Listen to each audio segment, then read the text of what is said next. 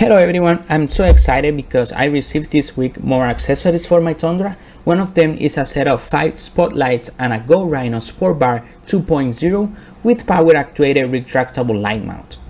First of all, welcome back. If you are not subscribed to my channel, I invite you to subscribe so you don't miss any of my future videos. These spotlights looks great and are cheap compared to other options in the market. These are 5 inches and 12 volts. These lights come with aluminum housing, amber date running lights, white driving lights, 30-degree adjustable angle, and it was advertised as 32 watts, so I did a test to see the actual power consumption. So I connected first the yellow wire to 12 volts and the black wire to ground. That made the amber date running lights to turn on. These lights look super nice. The actual power consumption was 0.99 watts. Then I disconnected the yellow wire and connected the red wire, and that made the white driving lights to turn on. The actual power consumption was 29.44 watts.